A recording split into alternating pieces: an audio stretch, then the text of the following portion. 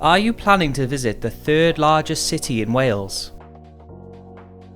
Home to a population of 159,600 people as of 2021, Newport is situated just outside of the Welsh capital, Cardiff, and is one of many cornerstones which contribute to the industrial boom South Wales had in the 19th century.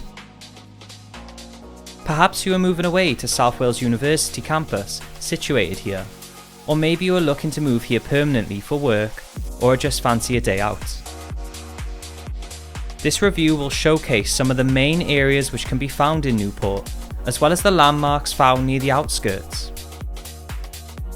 These areas include the city centre itself, Newport Estates, the Celtic Manor Resort, Carleon Castle, Belle Vue Park, Beechwood Park, and Tredegar Mansion. I will also be discussing some of the history behind these areas, as well as sharing my own experiences from travelling to these places. Let's start with the main area itself, Newport City Centre. There are two main ways you can get here. One is by taking the number 30 from Cardiff, or if you're travelling from Bristol, a megabus or Flixbus will take you directly here.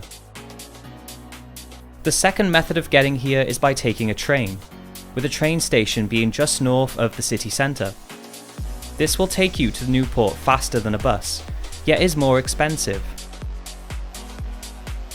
Upon first impressions, Newport city centre is very spacious when compared to the amount of people who are actually walking through the city centre in the afternoon time. Newport takes the cake for being the most open area I have explored so far, and is the ideal city to go to if you enjoy your personal space. Another thing which was noticeable was the general appearance of the community. The people here seem more civilised, and I don't recall seeing a single homeless person here. In contrast, you may see at least 5 homeless people when you cross through the city centre in Cardiff.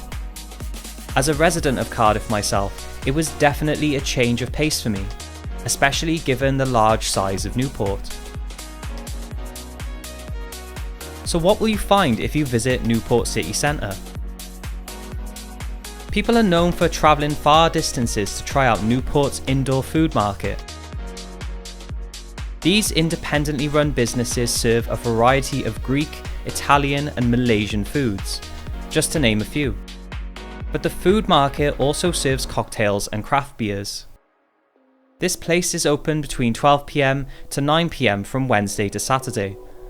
Speaking of cocktails, Newport's club life is a little underwhelming when compared to Cardiff's Chip Can Alley, go completely wild sort of nightlife. But nevertheless, there are still a lot of pubs and karaoke places which you can find here, with about 7 different venues to be found near Queensway Road, more specifically by High Street and Market Street. In terms of antisocial behaviour, it is recommended to avoid areas such as Cardiff Road and Commercial Road, as they have the highest crime rates in Newport. If you want to buy some things in Newport, Friars Walk is the primary shopping centre to visit if you are doing large seasonal shopping trips. In addition to M&S and Holland & Barrett, it contains most of your standard clothing brands like JD, H&M and Next, and includes technology brands such as EE and Vodafone. The main selling point, however, is that they are located right next to South Wales University and can offer student discounts. Specifically, 20% off JD Sports and 25% off food and drink between Sundays and Thursdays. It's definitely worth taking advantage of if you are a student. As you walk around Newport, you will notice that many of the buildings stood out in their own unique way. On the one hand, much of Newport has received the touch of modernisation, showing signs that there is still much investment going on to improve the city, following changing economic circumstances. On the other hand, it retains various posh-looking structures that were integral to the 19th century, with some being in need of refurbishment. It can be argued that while many of the shops have been closed down or replaced over the decades, Newport seems to be managing okay in comparison to other towns or cities around Wales. Newport itself was originally a small port town, which then transformed into a major industrial centre. It primarily profited from the exportation of steel, but also coal, following the construction of the Newport docks, which was completed in 1842. This allowed for ships to be constructed and for resources to be traded across open water. The first steelworks, known as the Orb Steelworks, was established in 1898. This allowed for Newport to contribute massively to the large-scale resource trade, which led to the modernised Britain that we have today. But steel was the primary resource which Newport produced, and this is reflected in monuments such as the 50-ton steel wave and the 73.8-metre tall transporter bridge, which is made from steel. One of the things which makes Newport impressive today is the conveniency and investment into emergency services. The Royal Gwent Hospital and the Newport Police Station are massive and are only a 5-minute drive away from the city centre. In contrast, Cardiff just doesn't have this kind of convenience, with Heath Hospital being about a 15-minute drive from the city centre. Therefore, Newport may be generally safer than other parts of South Wales. So what is it actually like living in Newport's estates? I have mixed opinions on this. Firstly, if you decide to live here, you will probably get calves of steel. Almost every turn had an incline leading up or downhill. I spent about 20 hours walking around Newport and the sun was beaming, with not a single cloud in the sky. It was exhausting to say the least, and this is coming from a guy who has run a full marathon. Speaking of running, there were runners everywhere, and the general public seemed more athletic than in other parts of South Wales. The second thing which stood out to me was the incentives to keep Newport tidy. Similar to Caerphilly, the Newport city centre and most of Newport's estates were tidy and well maintained. Of course, Newport is generally large and there is too many estates here to say that all estates are polished to perfection, but the cleanliness here was definitely noticeable. Thirdly, many of the estates accommodated people from various ethnic origins, so you shouldn't feel like you won't fit in if you decide to live here. Newport is a large city in South Wales after all, and you will find people from various communities here. Fourthly, and a criticism worth mentioning, is that some of Newport's pavements were very enclosed, sometimes slanted, leading me to, at times, fear for my safety among the traffic. I met an elderly woman who agreed with me on this, suggesting that Newport could be safer with larger pavements. This is especially concerning as you can find children walking to and from school on these streets. That's not to say all parts of Newport are like this, but some of the estates would benefit from larger pavements. As for the housing costs, the average cost of a 1-bedroom flat is £674 in Newport, and the average house price here is £246,000. While you can rent or buy properties cheaper in other parts of South Wales, such as Swansea, this is significantly cheaper than the £867 monthly average of a 1-bedroom flat in Cardiff. One part of Newport's estates which stood out to me the most though was the excruciatingly lengthy path down Nash Road and the Nash Village. This place has a historical connection to farming and is named after the Welsh word for ash tree. As I was walking through, I spotted various sheep and cattle and noticed fields of wheat being grown. In addition, if you decide to run the Newport Marathon, this will be the main road you'll find yourself on. I'm speaking from experience, of course. Parts of Nash are also designated sites of special scientific interest, with rare wildlife being only available to see in the wetlands. This is typically open for all visitors between 9:30 AM and 5 PM. It was getting late for me, so I didn't quite make it there in time. but if you do want to visit the nature reserve, I have put a link to the website in the description of this video. Now, Tredegar House, or should I say Tredegar Mansion, is an inspiring tourist attraction which may leave you a little bit breathless. You can find it here in the southwest end of Newport in Dufferin. I want to start by mentioning that Tredegar House is a fairly popular destination, and there were many cars parked just outside the area. This place alone could be a review within itself, due to its extensive history and really large surface area.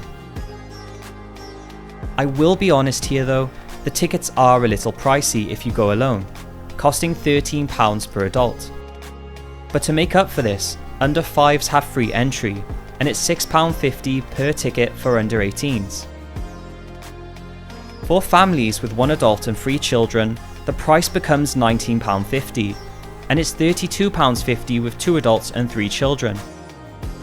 The website for the ticket prices is also in the description.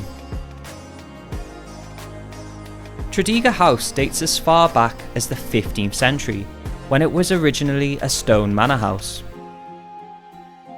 It was during the late 17th century when Sir William Morgan and his wife rebuilt and enlarged the house, turning it into a luxury mansion.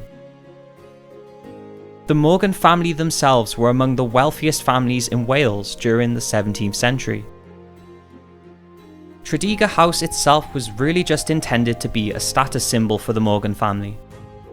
It was only after Evan, who was the last member of the Morgan family, who died in 1949, that the house was eventually sold to their distant relatives, resulting in it being turned into a Catholic girls' school. In the 1970s, the Newport Council bought the house and transformed it into a museum. From 2012 onwards, and as of today, the National Trust now care for and maintain the buildings and gardens you see before you. Personally, this reminds me a bit of the Elizabethan Manor at St Fagans, which you can find in Cardiff. While St Fagans has a much larger area consisting of many smaller structures which reflect the Victorian period, Tredegar House and the garden itself looks much more polished and extravagant in its appearance. St Fagans does have free entry though, and there is much more to see there. I should also mention though that there were some rooms that were inaccessible and in need of refurbishment, which is, unfortunately, a common theme for many of these Welsh history sites. One section of the garden was also closed off to the public upon visiting, which they plan to reopen soon. Any tickets which are sold go towards preserving these attractions and the history they possess. I really enjoyed my time in this place, but I would recommend visiting here alongside family members or friends, rather than just going alone, to get the most out of your money. This is not the only place which contains luxury appeal though. I wanted to briefly talk about the 5-star Celtic Manor Resort, which you can find at the northeast end of Newport. This hotel is among the best you will find in South Wales. I only briefly filmed the outside of the Celtic Manor Resort, and it decided to get cloudy last minute. But if you visit the Celtic Manor Resort website, which I have put in the description, you can see the exquisite and awe-inspiring interior and exterior of this luxury hotel, acting as the perfect spot for a honeymoon or anniversary vacation. The Celtic Manor includes most of what you desire. In addition to superior, deluxe and family rooms, you also have deluxe suites and presidential suites for those with a much higher budget. In addition to room service, you can book a spa or Oculus session, engage with health and fitness facilities, or participate in one of the 3 world-class championship golf courses they offer at an additional cost. It also has adventure golf, forest jump high ropes, and axe throwing too. This is not intended to be a sponsorship, by the way. It's just an interesting place that you can visit in Newport, which I felt was worth a mention. The Celtic Manor was initially a manor house for the Baron Thomas Powell in 1860, and after the year 1940, it became the Lydian Bayon Maternity Hospital. It was then opened as a hotel in 1982, after Sir Terry Matthews refurbished and expanded the manor in 1980. The manor was so good in fact that they held the 2014 NATO summit here. Starting prices are £135 per night to accommodate a two-person couple, which isn't bad given the fanciness of the area. I would only recommend visiting the place if you can afford it though. If you are staying in Newport and want to learn more about Roman history, you should visit the small town of Carleon, which hides in the northeast end of Newport. Here you can find the Roman amphitheatre, the archaeological site of the Roman barracks, and the Carleon Roman Museum. You can also find the Roman indoor bathhouse. However, this was the only place I was unable to get footage of. This all made up Isca, and was one of 3 permanent Roman fortresses that were situated in Britain during the 1st century.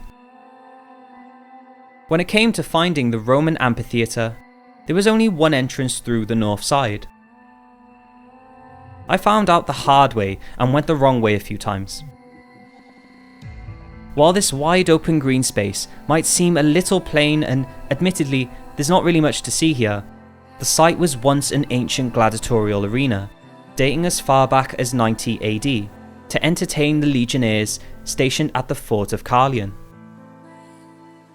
This place used to seat up to 6,000 people, who would watch gladiators fight exotic animals, as well as each other, to the death. Some legends also say that King Arthur was crowned in Carleon, and that the ruined amphitheatre was actually the remains of King Arthur's Round Table. But this is not a certain fact, with some sources claiming that this is a myth. Then there is the archaeological Roman fortress, also known as the barracks. I don't think I've seen this many rocky squares before. There were more than 100 squares across a 50-acre plain, much larger than the amphitheatre. These barracks used to hold 5,500 heavily armed infantry troops, which made up the 2nd Augustan Legion. It was first built around 75 AD from turf, clay and timber. These were then replaced around 100 AD by stone walls and towers. By around 300 AD, the Legion left Carleon for good, with many of the main fortress buildings being demolished. Some sources say that this was because the Legion were needed to defend the south of England from invasion. Carleon Museum was also a popular location for school trips, and you can even meet one of the Roman soldiers if you decide to go there. One thing that is brilliant about the Carleon Museum though, is that you can find more Roman legionary remains than anywhere else in the UK. It is definitely worth checking out if you are ever passing through Carleon. While I may have missed the Roman baths while passing through Carleon, I encourage you to visit the Roman Bathhouse. This bathhouse acted as a social area for the Romans, providing solace from the challenging routines they had to undergo in the barracks, or while skirmishing other Britons. This museum showcases how the Romans spent their leisure time in Isca, with the swimming pool itself holding up to 80,000 gallons of water. I will provide a link in the description for the website and the ticket costs, if you wish to check it out. There were 2 green spaces that stood out to me in Newport. The first one was Belle Vue Park. Near the main entrance of Belle Vue Park, you will find a tennis court and what looks like an old runic chill-out area. But as you walk further into the 26-acre park, there is plenty to see. Honestly, the first thing that came to mind was that this is the perfect spot for an Easter egg hunt, and that Belle Vue Park seems somewhat enchanted in its overall design. Eventually, you are led to the Belle Vue tea rooms and garden layout, which stood out to me the most. Various wedding events, markets and bands are held regularly in the centre of Belle Vue Park. If you plan to go to one of these, I've put a link to the event's website in the description. Belle Vue Park was built from land donated by Lord Tredegar in 1891, and a design competition was held on how the park should be built. This competition was won by a man named Thomas Mawson, whose design was put forward. 3 years later, in 1894, the park's construction was finished, resulting in the park we see today. I also noticed that there were more young adults here than elderly folk. Maybe it's the time of day, but it's the first impression that I had when visiting. If you are visiting Newport, be sure to come here with a few friends. Or if you are alone, bring your favourite fantasy novel and just sit by the grass for a bit. It is a magical place within itself. The second green space which stood out to me was Beechwood Park. The park is listed on the Cadw Register of Parks and Gardens of Special Historic Interest in Wales. This place possesses some similarities to Belle Vue Park, as it also has a tennis court and is built on an incline, and is slightly larger in size, being 30 acres wide. This place seems a little bit like a country club in its appearance, and there are football pitches, bowls courts and a cafe. Due to its massive size and incline, I personally would prefer this place over Belle Vue Park for running laps and dog walking. Near the north end of this park, you will find the Beechwood House. This small mansion was built in 1878 as a residence for the Mayor of Newport at the time, George Fothergill, in 1900. The Beechwood estate was bought by the Newport Corporation and reopened as a public park. However, during World War I, it was reopened as a nursing home. Beechwood House was repurposed various times throughout the decades and was used for the treatment of tuberculosis and was occupied by American soldiers during World War II. Now, Beechwood House acts as an entrepreneurship centre for small and medium-sized enterprises. The south end of Beechwood Park also has a small adventurous path, and seems like a small natural maze for children. It is definitely easy to forget where you are actually going, and is an ideal place to pull a prank on someone as they turn a corner. The south end of Beechwood Park is also another good spot to have a treasure hunt. Personally, I think both of Newport's parks are good for treasure hunts. To differentiate the two though, I would say that Belle Vue Park is more relaxing, while Beechwood seems more active due to having more facilities and a larger overall area. If you do have any questions about Newport, I will be responding to comments. And if you wish to know more about Cardiff or other towns in South Wales, be sure to check out my other reviews. Thank you for watching.